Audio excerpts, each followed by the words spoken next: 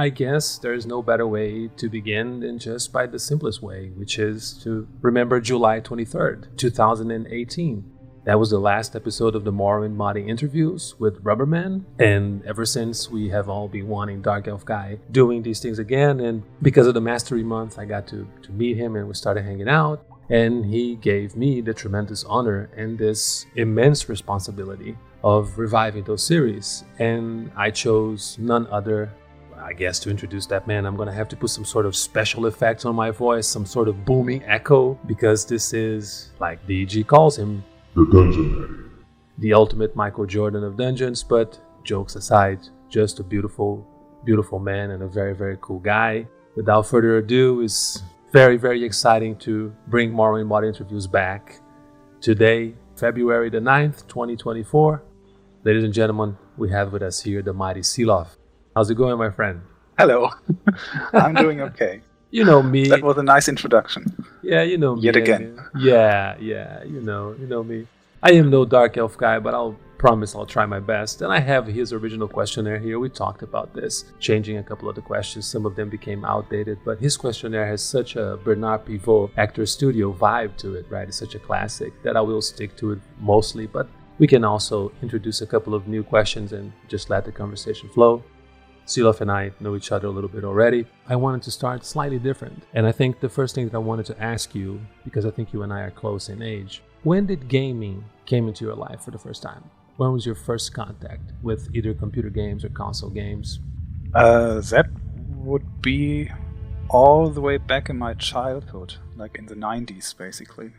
I was playing a lot on the Game Boy and then later on the Nintendo 64. Those were basically my first contacts with gaming. Mario Land 1 and 2 on the Game Boy. The Mega Man series I played a lot. Stuff like that. That was fun. I love the fact that you mentioned your childhood and you referenced to the 90s. And I just made a fool of myself. What a beautiful way to start this interview, right? Saying that you and I are close in age. When I was born in 78. Yeah, not quite. And my first contact with video games was Atari. But thank you, I'm old, you're not. You just have a beautiful booming voice. I pegged you for an older guy. But for you listeners out there, no. Yeah. This is a trend with Seelof. A lot of things we assume about this man, they turn out not to be true. So okay, the 90s. Did you first start playing Morrowind in terms of the Elder Scrolls? Or did you play other Elder Scrolls in general? When was the first time you started playing one of those? No, Morrowind was the first Elder Scrolls game for me. I had never heard of the Elder Scrolls series before that. Didn't know anything about it. I just read about Morrowind in a gaming magazine here in Germany, and I thought the game, from what I saw in that article that I read, looked pretty cool, and I wanted to play it.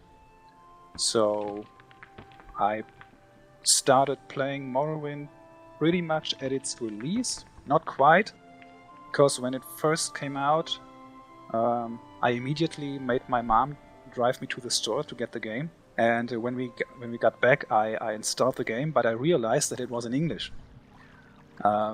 which back then was a problem for me because I was only in, 8th grade or something. So my English really wasn't that good. So when I started playing, I really didn't know what to do, what the game wanted me to do. So I just started running around. Somehow I made it through the character creation process. Entered Seelof, ran around a bit, didn't know what to do, and eventually I came across a weird creature, which turned out to be a Gwa, and it killed me. And so that's when I decided that maybe I should wait for the German version. So I returned the game actually the next day. Wow. Got another game instead. And then I tried Morrowind again a couple of months later when it came out in German. That much English, it was just too much for me. I couldn't handle that at that age. You heard it here first, listeners. The mighty Seelof actually returned his original copy of Morrowind. What a sin! But who am I to speak on that? Yeah. That you and I are just heretics compared to Dark Elf Guy and his ilk, these loyal people that have all the memorabilia. Yeah, I give my original copy away, but that's beside the point. You're the star here today, sir. I still have it. You do? Oh, you're a better man than I am. Yeah. For sure. I mean, I don't use it, but it's still somewhere lying around here on the shelf. Good. Awesome. Speaking of that, so you started as a preteen, playing a little bit. And how long was that hiatus? Because the next question will be, how long did it take you after you first started playing Morrowind for real before you sort of got the itch to mod the game? Oh, that was a long time. So I started playing in 2002 when it came out. I played it basically all throughout the 2000s. Then at some point I lost track of the game, I lost interest, played some other games, and I rediscovered Morrowind in 2014 or 15, something like that. Because somehow, I don't remember how or where, but somehow I stumbled upon a few screenshots of the game online. And it looked very weird to me. It didn't look at all like I remembered the game to look. And so I did some research. And so I learned that there were all these mods that would basically overhaul the visuals. In fact, what I stumbled upon was MGSO, which apparently you are not allowed to talk about anymore these days. Yeah, and so that was basically my door back to the game, because I thought that looked so interesting and so differently from what I remembered that I wanted to dive back into the game. Right. And that's also when I got the game finally in English, because my English had gotten a lot better at that point. Yeah, so I started playing again in 2015 or something,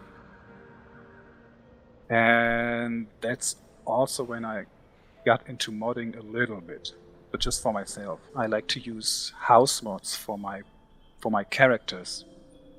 So what I would do, I would download house mods from the Nexus and then tweak them a little bit, because I was never quite happy with how these house mods used to be. So I always tweaked them a little bit, and that was basically the start of it. Right. Eventually I started making my own house mods from scratch. Then I somehow got into dungeon building, but everything just for myself. Didn't release anything, didn't have an interest in releasing anything. And well, I was also watching Dark Elf Guy's Morrowind Modding showcases a lot, because I was always on the lookout for more mods, because I wanted to play. And somehow over time that kind of inspired me to want to make a mod that was good enough to be shared with others. But until that time came, that was...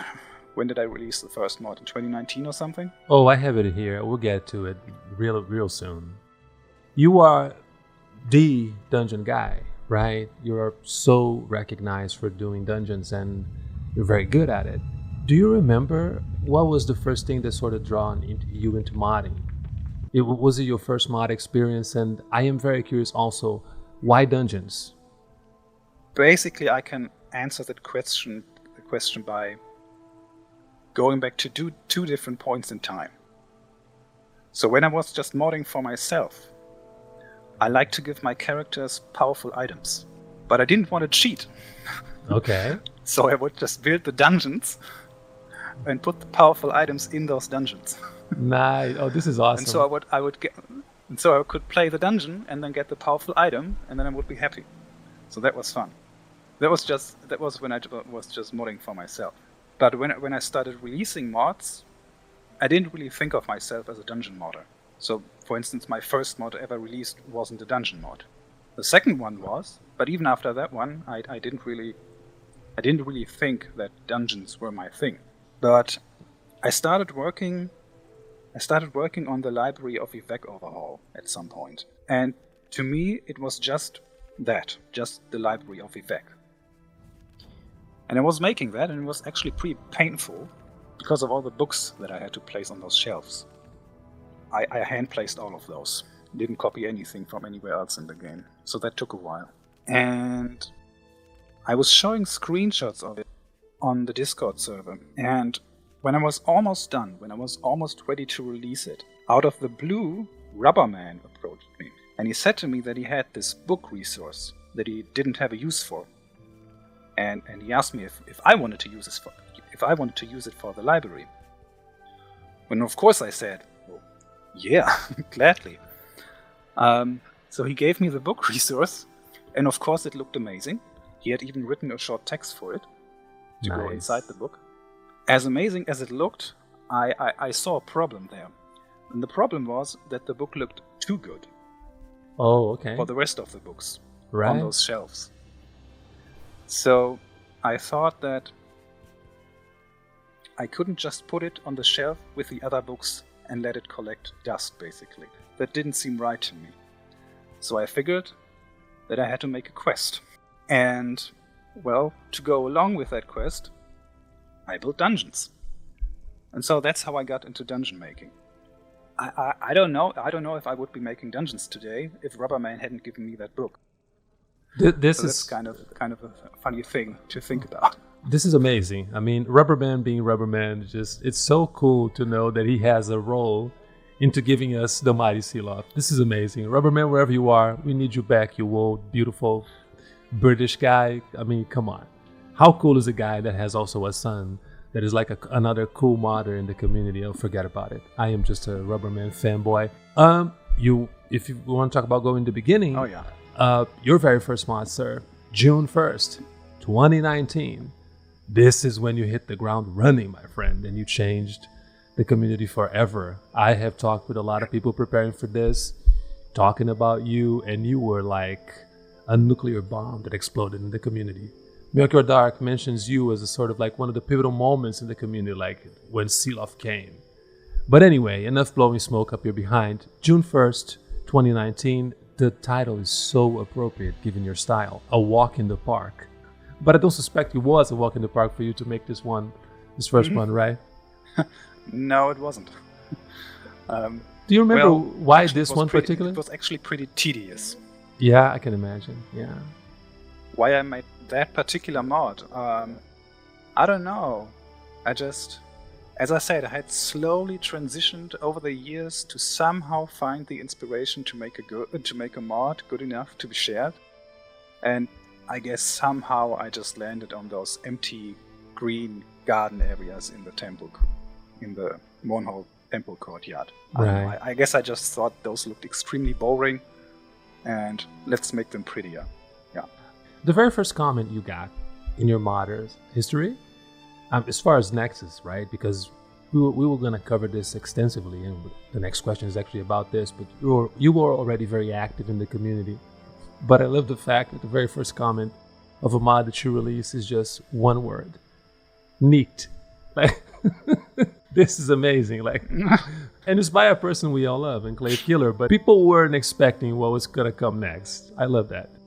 The next question is just so easy for you to answer. But how was your experience with dealing with the community from the beginning? You and I agree with that notion, right, Seelof, that we need to break this myth about the community being insulated and elitist. It is anything but, right?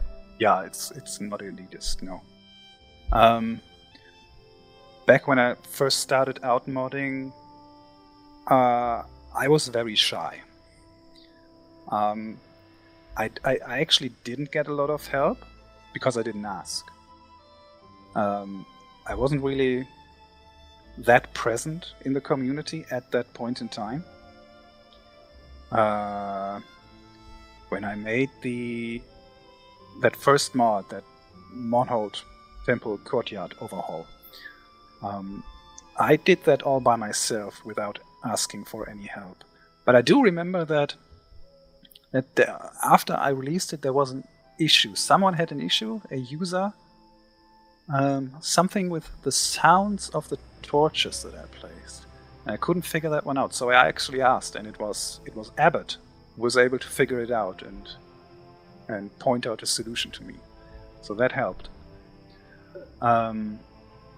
Yeah, but I was very shy. But over time, I got more comfortable talking to people, and over the years, I have received help from so many different people. Reprank most of the mods that I have made after the Verandas overhaul, which was my second mod. Most of the mods I made after that I couldn't have made without the help of the community. There was always someone had their hand in what I was doing. as I said earlier, the story with Rubberman and the book, which was the thing in the first place that got me into dungeon modding. Then I made New Ilunibi, and Melchior helped me out a ton with that, with this skeleton hanging from the ceiling and the quest behind it and the animation. I remember Stripes also did a lot in terms of questing, because back then I didn't know anything about scripts. Now I do a little, but back then absolutely clueless, so Stripes helped me a lot. Then I made of Eggs and Dwarves, and obviously Greatness 7 had a big hand in that one with the earthquake mechanic, which he introduced. Well, and most recently, Caldera Priory, where I had help from 10 different people or so, maybe more. I don't know off the top of my head. More than that. But yeah, probably more. So many different people helped me. And that's a really nice thing to see. And I'm extremely grateful for all the help, big and small. Yeah. And to your point, the Morrowind Modding community isn't elitist at all. Everybody is extremely helpful.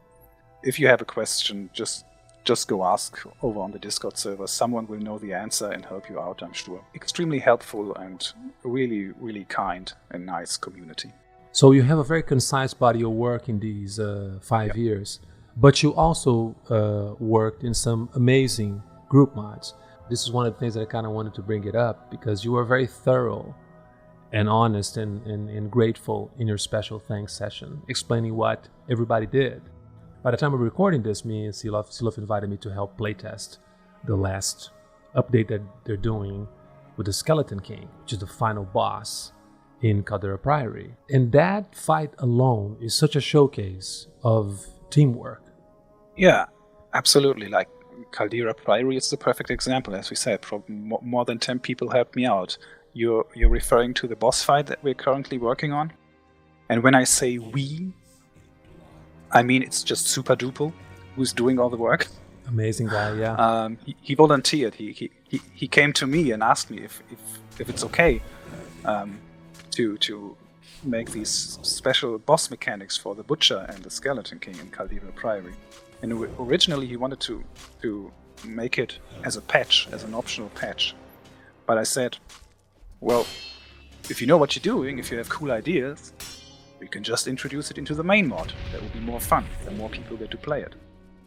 And so for a while now, I don't know, 2 weeks or so, we've been working on that. Well, he's been working on that and I've been giving feedback. And have obviously also sent the latest ESP to you and to another person, to Arachnid, to receive some additional feedback. And yeah, it's going well, and well, there's another 3 people right there to help out with the mod. So the list is growing. Yeah, so speaking of the list is growing, when it comes to the events, regardless of how early you joined, how are the events playing a role as you grow into a modder of getting you excited into mod? Is that such a thing, or have they helped you, like to say, get you excited? So I've always been a fan of both the Modathon in May and Morrowind Modding Madness, even when I wasn't a modder myself, because I was always curious about the mods that would come out of those competitions, especially the Madness competition. Right. Because those mods would usually be pretty grand in scope, and so that made it particularly interesting to me. Since I became a modder, I've always enjoyed the Modathon the most, I think, because the Modathon is just so crazy. There are so many mods being released by so many different people. You get achievements, you get prizes. Every day the Nexus is flooded with so many mods, and in fact I have been able to release a mod myself every Modathon since I became active in the community. The Mournhold Temple Courtyard Overhaul was released for Modathon, my first mod, and I kept that streak. And I hope to keep that streak with a little mod that you and I are planning. because I don't have anything else this year. It's happening. But usually I use Modathon to release a big project of mine. So last year it was Caldera Priory, the year before that it was of Eggs and Dwarves, before that it was the library overhaul, before that it was Veranda's overhaul, and before that it was a walk in the park. Between Eggs and README, you just made like a silly little irrelevant mod, New Ilunibi, holy crap. You just pulled that off. So, yeah, that one came in between. Yeah, just slightly irrelevant mod, just. Anyway, well, the next question, I already know the answer. Yeah. It's probably going to be a 2-letter word, but what the hell? Do you do any planning before you start a mod, Seelof? If yes, how? No. I won the bet with myself. Really. I don't do a lot of planning, no. For those of you playing the home game out there, dear listeners, Seelof is a very instinctive animal, right? I generally just go in. I just go in with a general idea, basically. Yeah. And I see where it takes me. Well, for Caldera Priory, for instance, I also didn't plan anything, but the idea was a little more concrete. And that I knew, okay, I want to make this priory, and I want to make a dungeon underneath, and I'll need a quest line, and let's just make a main quest line consisting of 3 quests. Let's keep it simple. Let's keep it simple because I don't like writing quests. So in that sense, there was a little bit of planning going on there. But in terms of how the dungeon turned out, I didn't plan any of that. Except that I knew that I wanted to somehow evoke the feeling and the atmosphere of the Diablo games, Diablo 1 and 2 in particular. That's all I knew going in. Other than that, there was no planning at all. I just like to see how things turn out when I work inside the construction set. Any other games outside the Elder Scrolls realm that have influenced your way of modding or your style or aesthetics? Let me think. So, I guess not really, but very recently not that recently, like about 1.5 years ago, I started playing modern video games again. Before that, I wasn't really playing any modern games. I was only playing the old stuff, like, for instance, Diablo 2. But since then, I've played a few games here and there that I thought had pretty neat level design going on. Like, for instance, The Legend of Zelda Breath of the Wild, and most recently Elden Ring. Elden Ring in particular I thought was very inspiring, and I definitely want to do some stuff when I get back to modding that I saw in Elden Ring. But yeah, I haven't gotten around to that yet. Right. But there's some stuff in that game that I want to try to... I want to see if I can make that work in Morrowind. That could be fun. Next question, I think, it relates a little bit with the fact that all of us have to deal with stereotypes, right?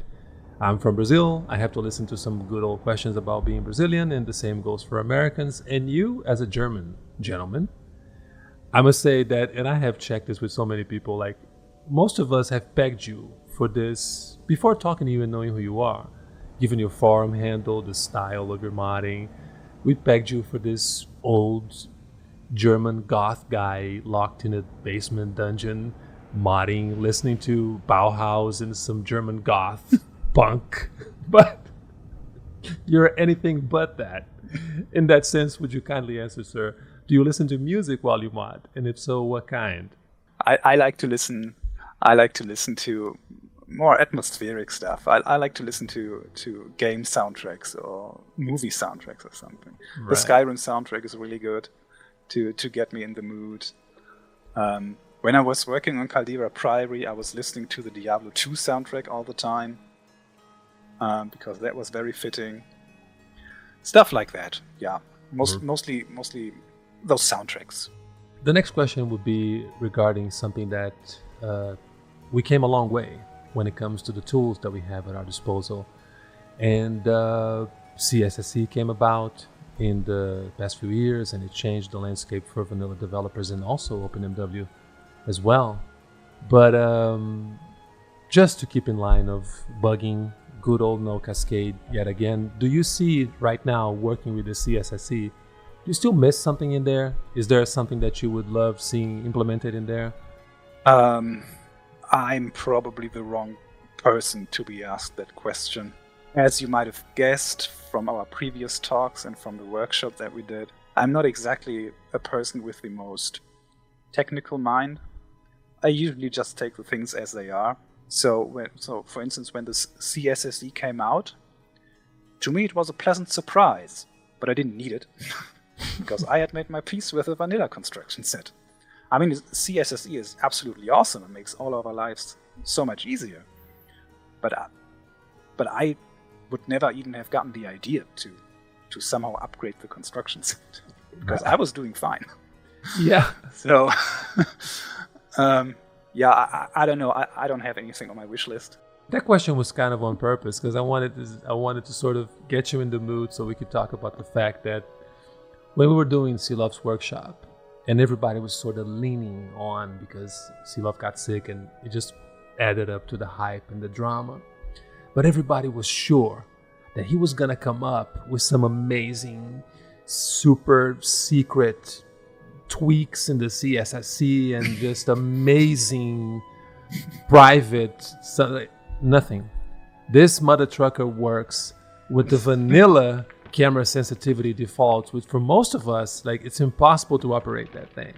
And yet the mighty Seelof navigates those narrow corridors that this humongous dungeons that he does. The man is a raw creature. You're not the guy to pay attention to that. But actually, apart from the CSSE, you have used other modding tools, right? To help you out? Have I? G7 Sphere tool comes to mind for one. Oh, something like that. Yeah, absolutely. The Sphere tool. Yeah, sure. I've used that plenty of times. Yeah, that comes in very handy when you're hit bashing something. Certainly used that a lot of times, especially with Caldera Priory. Yeah, absolutely. Very helpful. Could come in handy. I remember when I asked Vegetto for help with Caldera Priory. Actually, it was his idea because he saw some screenshots that I had posted. I had assembled a few of corpses hanging on chains from the ceiling inside the Priory building. And he had the idea that it would be cool if those would be animated and they would actually be swinging a little bit. So for that to work, I had to go inside the game, use G7's tool, extract the objects basically that I had assembled, and I sent it over to Vegetto, and he did all the rest. He optimized the meshes, he made the animations, and so that's how that came to be. So that Sphere tool from G7, very helpful, absolutely.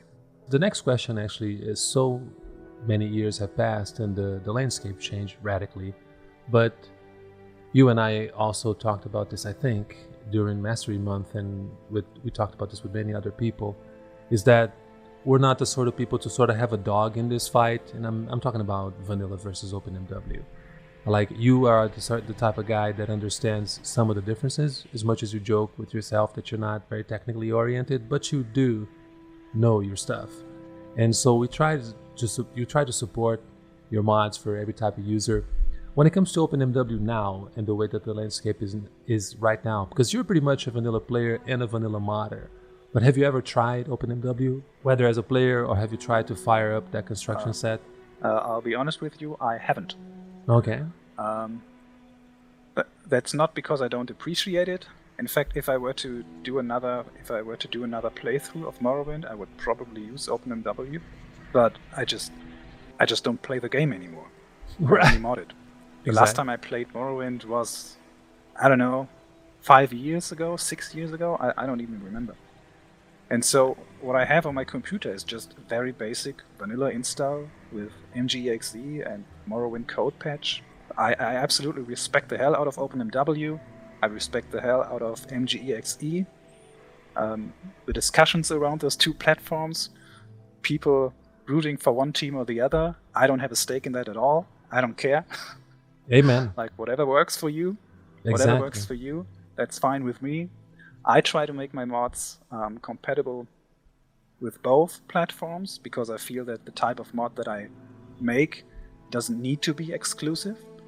But I absolutely respect if someone who wants to make a mod that will only work with MWSE and MGXE, I totally respect that. Because then it makes sense, because then that's the main feature, like, I don't know, Ashfall or something.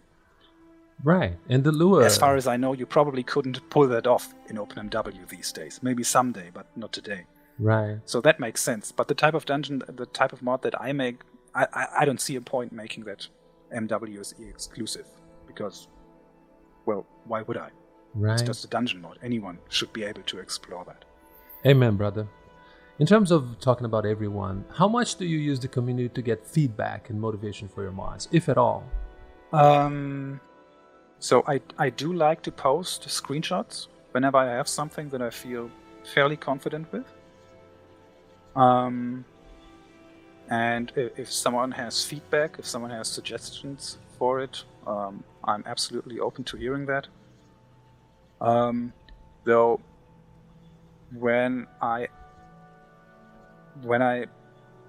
specifically want to get feedback and differing opinions, then I mostly go to Melchior's server and ask around there. Well, because mostly Melchior is always around, and G7 is always around, and R0 is always around, and all these amazing modders. Oh yes. So there's a huge density of just quality modders around. So if I specifically have a need for feedback, then I mostly go there. Speaking of our beautiful brother MD, we came a long way since DG wrapped it up with Rubberman, and OAMB came about, Tamriel Data evolved, and OpenMW became, like, I just wanted to go back to that previous point because I agree with you so much. I, for one, am a stone cold OpenMW user, right? I played on it. That's how I came back to it, and it just looks so absolutely amazing. But I also have my MWSE installed, and I have a beautiful time with that. You know, Ultimate Fishing, I mean, all of those amazing mods.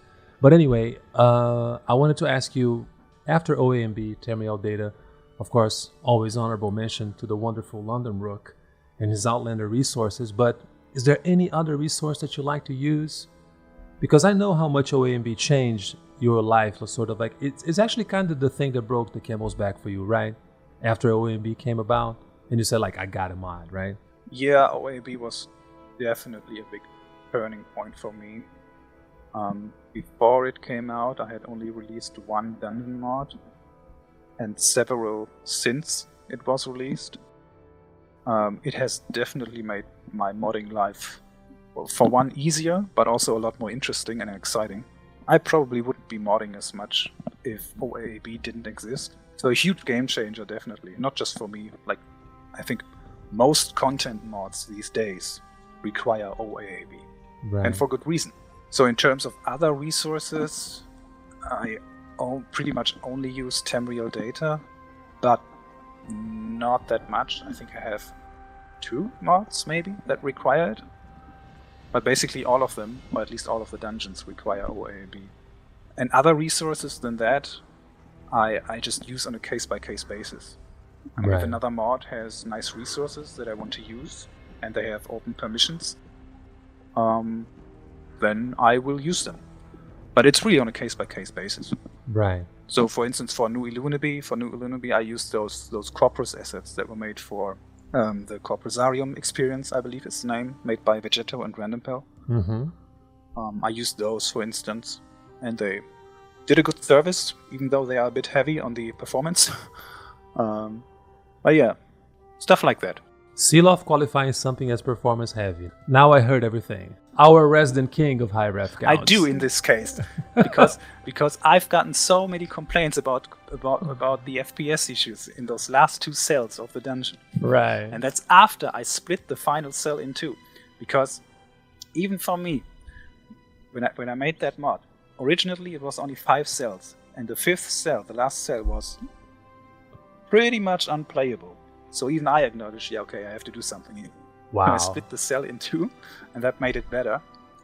At least it made it playable in my book. But I'm still getting complaints to this day about the performance in particularly the last cell. Just going back to the past real quick, your very first mod, your very first dungeon, do you still have that ASP laying around somewhere, or you don't even remember which one was the first? You mean the first I ever made, not the first I ever released? Yeah, you ever made. I probably still have it. It's just that I don't know which one actually was the first. Right. I have a folder with these ESPs. Once I made a dungeon on a snowy, icy island somewhere in the Ghost Sea up north, a little bit north of Solstheim. I made a small island, and I made a dungeon underneath with some smugglers in it, and then deep beneath those smugglers' hideout, I don't know, there was some sort of old castle or something, and then underneath that there was some Daedric ruins of Sheogorath or something. Nice. That was a weird mod. I can imagine. One day I'll take a look at it. Is there anything you have had to give up to mod? Like playing more games or possibly your social life? In terms of my social life, not really. But it certainly contributed to me playing fewer video games, I guess. Oh yeah. Because, well, the time I would usually use to play video games, I instead used for modding. And at the moment, it's the opposite, because at the moment I'm on a bit of a hiatus from modding, because I need to recharge my modding batteries. I've been burnt out a little bit from last year.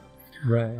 Currently I'm not modding at all, but instead I'm just playing video games. Because the next question would be something like, for me, not now that I know that I'm a little older than you, just maybe a decade or two, but I think for my 10 years. Right, there we go. Not that much, but jokes aside, I think because you and I, we click on so many things, and a lot of our friends, we have been talking about this, the prejudice that gaming as a hobby still has in our society, right? I'm here in Brazil and you're there in Germany, and I mean all over the world. But at the end of the day, I love when you say something as simple as just it didn't impact my life at all, because this is actually the case, I think, for all of us that are investing ourselves in this hobby, whether we're rookies like me, or a veteran like yourself, or a monster veteran like Dene or Dark Elf Guy, and Melchior Dark. MD, I couldn't have asked if like for a better person, right? He's just like a beautiful father, an amazing professional. So there's really no big mystery to this, folks. For you listening out there, you don't have to sell your kidney and abandon your family to be a Seelof or a Melchior Dark. This is an absolutely feasible hobby. Everything in moderation and everything with responsibility. Right, man? Absolutely. I have nothing to add to that. In that sense, still talking about a little bit outside the world of modding, are there any skills you've learned from modding? And if so, have you been able to use these skills elsewhere? I don't think so. I can't think of anything. Folks, you have to remember we're talking to a linguistics major here, right? So, yeah, I think... right? Yeah, I don't know. I mostly deal with language in my work life. Yes, sir. Yeah, I don't know. Maybe attention to detail would be something. Oh, right. So I don't know if I had that before I started modding, or if I learned it by modding. Right. But attention to detail can certainly come in handy when you're dealing with a language. Absolutely. Amen, sir. Amen. Coming back to modding, you talked a little bit about the other games that you enjoy and everything. Is there any other game that you wish you could mod that don't have that sort of capability? Yeah, Elden Ring. I would Okay. love to mod Elden Ring, or even Breath of the Wild. I mean, there are mods for Elden Ring, and even for Breath of the Wild, even though it's for Nintendo, but I guess you can somehow hack it and play it on your computer, on an emulator or something. But I looked into it a little bit, but it seems very complicated because there's nothing like the construction set for it. In terms of mods and modders, any mods or modders that currently have your attention in the community that you're paying attention to? This is just a leading question for us to bug Melchior Dark to work on Latonia, but okay, we'll pretend that I'm not asking for that reason. I'll just let Seelof answer spontaneously. You go, brother. You should get on that. Right. And he will. You heard here first. Hot news directly from Dark Elf Guy's channel. 2024 is going to be a beautiful year on that front. But, yeah, other than that. Didn't I see Melchior and some others talk about it? Oh, yeah. On the Discord? Yeah. Children, come to Discord. Discord where it's at. Hot news. All the time. Yeah. But jokes aside, like, do you pay attention to, like, any other projects or particular modders that you enjoy? Not any particular modders or any particular mods. but I make it a point to go to the Nexus every day, even if I have nothing to do there. Nice. Just to take a look at new releases. Yeah, I don't know. Mods come out every day. So recently we had, for instance, the Daggers overhaul from Orion. I thought that looked pretty interesting. Oh yeah. Vegetto and Random Pal have been releasing a bunch of stuff, if I remember correctly, for the Vivek Arena, for instance. Oh, pretty cool. Speaking of Vivek, did you check Tyrant's Vivek City of Swords? So ballsy. I just loved it. Oh yeah, I saw that. I saw that too. Yeah, that looked interesting. It's so good. That looked like a brave approach. But the guy has the magic touch. I've actually downloaded and played it anyway. Beautiful, beautiful mod. In terms of types of mod, you, even though you don't play it anymore, you were like, you know your Morrowind. Is still, to this day, after 20 years, is there a type of mod that you haven't run across that you would love to see? Even if it is not like, I don't have the patience to do that, but I wish somebody made that. I don't think so. I don't know. I feel like after 20 years, we've seen pretty much everything. And yet, in a weird way, nothing. If you know what I mean. Like, there's so much more you can do, but I don't really have any specific in mind. I mean, thank you for saying that. Me here with you is just so beautiful, the contrast. I have one silly little mod that deals with natural entrance for grottos, and it's been more than 20 years and nobody done that. I'm like, my God, this cannot be possible. So yeah, we keep finding these things, right? Yeah. True. Yeah. Yeah. But see, I'm not that clever. Like I don't. Those are the kinds of things that I don't really pay attention to. To be frank with you, those grotto doors, have never bothered me at all. Right. But I see the point of your mod. It's a very successful mod. No, but for a good reason. It's just nothing I would have ever thought about. Geniuses like you usually don't pay attention to these mundane things. Leave it to people like me. That's okay. Like it's fine. Oh, my beautiful, my beautiful friend. Honestly, again, jokes aside, reverse that question. Is there such a mod that you ever saw and you went like, oh, I wish I made that? Right? Like kind of when a rock and roller listened to the Beatles or something like that? Probably. Let me think. So the first thing that comes to mind is Melchior's Leoth Donea, or whatever way you pronounce it. Right. That's an epic mod, definitely. Unfinished, but epic. Some things haven't changed. You know, we ended up the Modding Modding interviews, everybody complaining about Lithonia, and here we are again, 5 years later, still waiting. Melchior, wink, wink. Roll up your sleeves, brother. Yeah. Right. Yeah. Let's get outside. I'm sorry, go ahead. I don't know. Yeah. No, I was just saying, I can't think of anything else off the top of my head. If I had more time, I could probably think of more. Getting outside of Morrowind for a little bit, have you ever tried any of the other Elder Scrolls games? ESO, Skyrim, Oblivion, Blades, Arena? I played Oblivion. I played Oblivion and Skyrim, but that was a long time ago. But I will say that I enjoyed both of them, even though it seems pretty popular these days to hate on Oblivion, at least. Right. But I enjoyed it. Yeah, same for me. I love this question. It was asked so many times in the past, and that's the $1 million question right here. It's impossible to answer, and yet the most important one. Despite Oblivion and Skyrim being released after Morrowind, many people return to and or have stayed in the Morrowind Modding community. In your opinion, what do you think makes this community and the game so unique? In regards to the game itself, I mean, I guess what makes it unique is just the world itself. It has such an alien feel about it. It seems very strange entering Vvardenfell for the first time. And even on replay, it's still very strange. It's a strange world. But that kind of makes it, that's kind of the appeal of it. So it's very unique in that sense. It's just so fun to explore. If you look at Oblivion in particular, Oblivion is very generic in its world building. Very generic. As I said, I enjoyed the game, but it's very generic. And Skyrim is more, well, it's basically about the Vikings, right? quite familiar. But Morrowind was just different, or is just different. So I think that's at least part of its appeal. In terms of communities, well, I've never really delved into the communities of Oblivion and Skyrim. But I guess what makes the Morrowind modding community so special, to me personally at least, is just, we talked about this earlier, just how nice everybody is. There's no, I mean, sure, there are discussions happen everywhere, but everyone is so helpful and nice. There's no real rivalry going on. Everybody's willing to help out, and it's just a fun place to be. Do you think, if anything, there is something that the Morrowind modding community should be doing in order to continue to expand and grow in the coming years? Stay as it is, I guess. Yeah, right. It's been working pretty well. Yeah. These past, 10 years or so. The community has been growing since 2014, 15 or something. Pretty much since Dark Elf guy arrived with Morrowind Modding Showcases. Oh, yeah.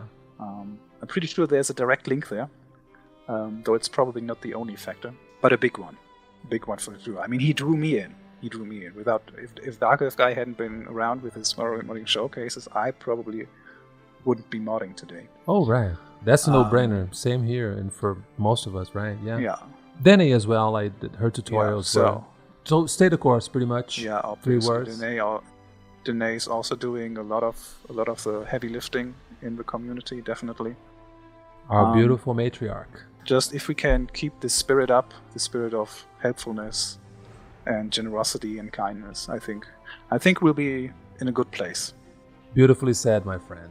This is the question that even before meeting you, I was just like, Dark Elf Guy needs to interview Seelof because I want to hear this from him.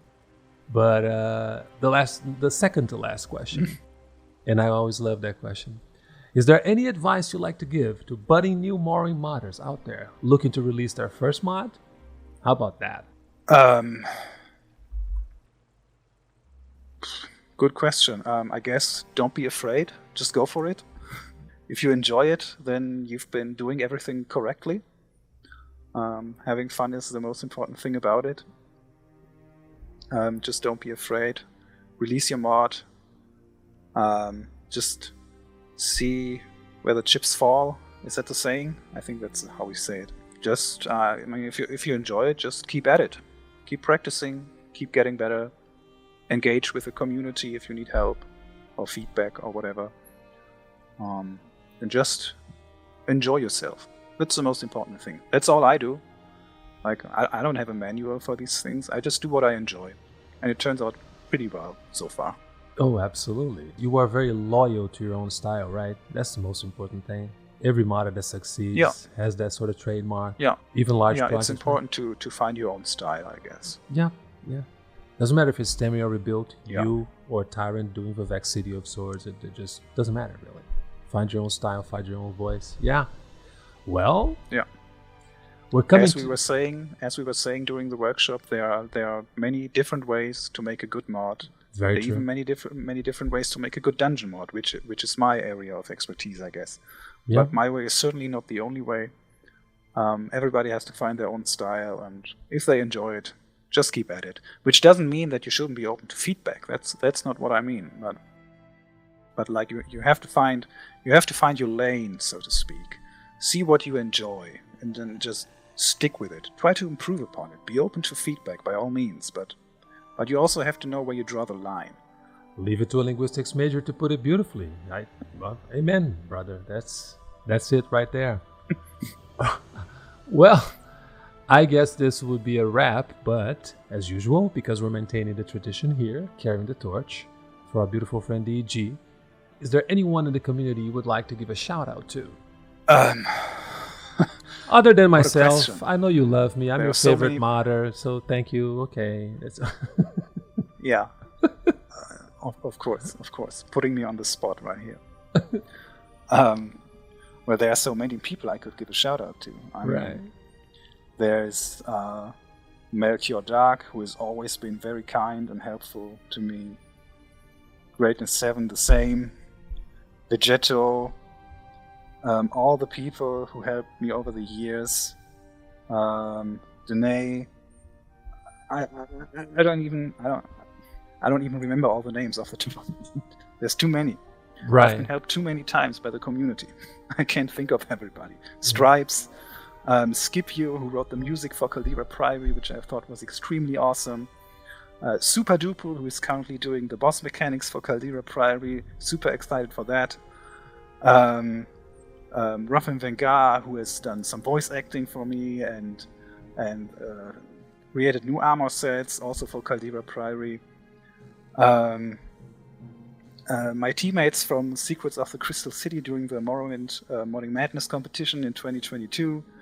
That was a fun competition last year as well, with Ruffin and Billy Fighter and Anroha and Katya. Also a lot of fun. So many people. And you as well, of course, Herdwix, because you're a very nice person. I like talking to you. I debated asking you this question because in your particular case, you're bound to leave somebody out. And Dark Elf Guy. Don't forget Dark Elf Guy. Oh, there was so many. You're leaving, like, for example, granted, it's a smaller modder, just haven't contributed all that much. Doesn't have a lot of technical talents, but he's struggling, which is Hermchan. Like this, he didn't do much for this community, right? I mean, it's not that relevant, especially in terms of technical skills. But yeah, he did a little bit of coding for you as well on the Caldera Priory thing. Yeah. The legend, ladies and gentlemen. Yeah, he did some troubleshooting. There were some issues with what you would call, I believe, distant texture scrolling, or I believe it's called. I'm no expert. But there were some issues there, and he was able to figure it out, basically. Also, shout out to him, yes. Well, my beautiful, beautiful friend Seelof, thank you so much for having done this. What a way to bring this series back. Yeah, thanks for having me.